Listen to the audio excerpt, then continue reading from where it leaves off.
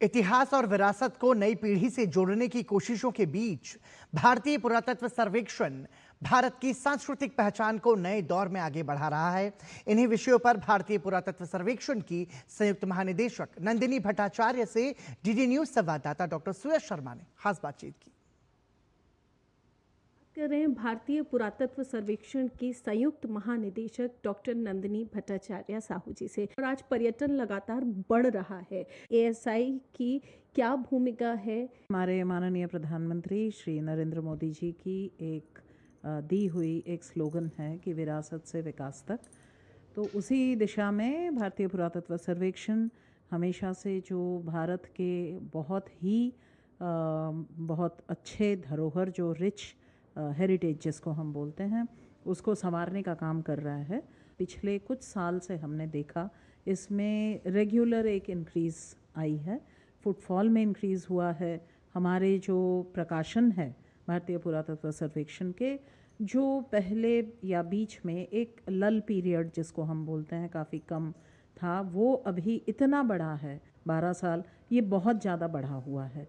और लोग इस चीज़ को, हमारे ये पूरे कोशिश को भारतीय पुरातत्व सर्वेक्षण के बहुत सराह रहे हैं। पिछले 12 सालों से केंद्र में मोदी सरकार है और संस्कृति को लेकर के, पर्यटन को लेकर के लगातार अग्रसर भी है। विकसित भारत 2047 विजन की अगर हम बात करें तो आप कैसे देख रहे हैं, एएसआई की अहम भूमिका इसमें क्या है? बहुत सारे ऐसे मॉन्यूमेंट्स हैं या स्मारक हैं जहाँ पे पहले लोग नहीं जा पाते थे, तो यातायात के साधन सही होने पे, रोड ट्रांसपोर्ट, रास्ते की कंडीशन बहुत अच्छी होने से, हाईवेज़ के बनने से और बहुत अलग तरह के मोड्स ऑफ कम्युनिकेशन बनने की वजह से वहाँ तक लोगों की बहुत पहुँच बढ़ गई है। ये जो आम जनता है ये भी वहाँ तक पहुँच पा रही है क्योंकि यातायात के साधन बहुत बढ़ गए हैं। ये बहुत मायना रखता है। माननीय प्रधानमंत्री जी जब मुख्यमंत्री थे गुजरात के, तो भी उन्होंने अपने लेवल पे इतना वहाँ पे विरासत को उन्होंने बढ़ावा दिया था।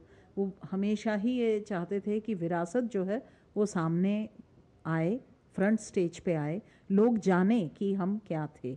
और वही चेष्टा उनकी अभी भी जारी है। हमारे मंत्रालय भी, हमारे माननीय मंत्री महोदय, उन्होंने भी इस दिशा में हम लोगों को ऐसे ही इंस्ट्रक्शंस पास करते हैं।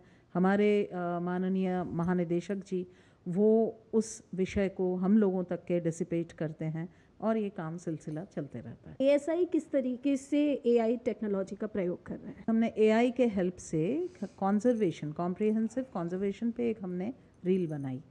तो एक वीडियो क्लिप है कि आर्कियोलॉजिकल सर्वे किस तरह से कॉन्जर्वेशन करती है, कौन कौन से बड़े मॉन्यूमेंट्स हैं जिनको आर्कियोलॉजिकल सर्वे ने कॉन्जर्व किया है।